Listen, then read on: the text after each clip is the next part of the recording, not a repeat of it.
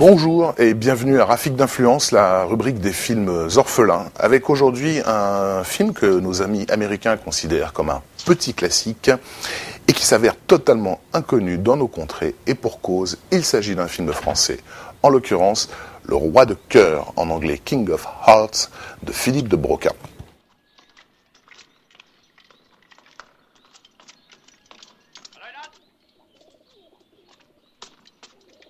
Le Roi de Cœur suit les pas d'un jeune soldat anglais à la fin de la Première Guerre mondiale qui doit investir un village français piégé par les Allemands avant leur départ.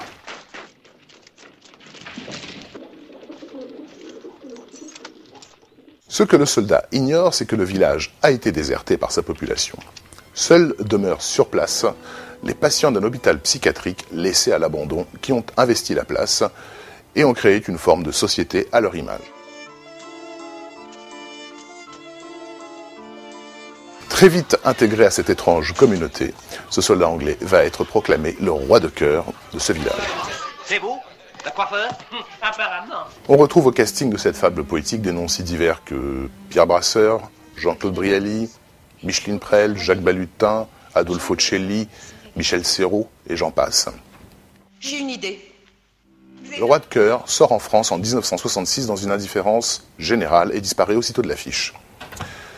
Il sort aux États-Unis dans quelques rares salles, dans une copie curieusement en noir et blanc, et va se créer au fil des années un public régulier. Presque 10 ans plus tard, le film de Philippe de Broca est devenu aux yeux des Américains un tel classique qu'il ressort cette fois-ci dans une copie couleur et à plus grande échelle.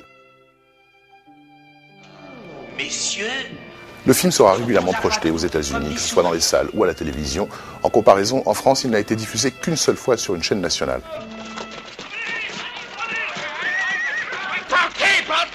vous allez tous y passer. Au début des années 90, l'éditeur Criterion décide de lancer une collection de laserdiscs consacrée aux grands classiques du cinéma français. Parmi les premiers titres à paraître, La règle du jeu de Renoir et Le Roi de Cœur de Philippe de Broca, ce qui donne une idée de l'estime que portent les Américains à ce film, totalement inconnu chez nous, mais il n'est jamais trop tard. Le Roi de Cœur de Philippe de Broca, dans le petit meuble au fond du vidéoclub à droite. Ce sont de drôles de chants.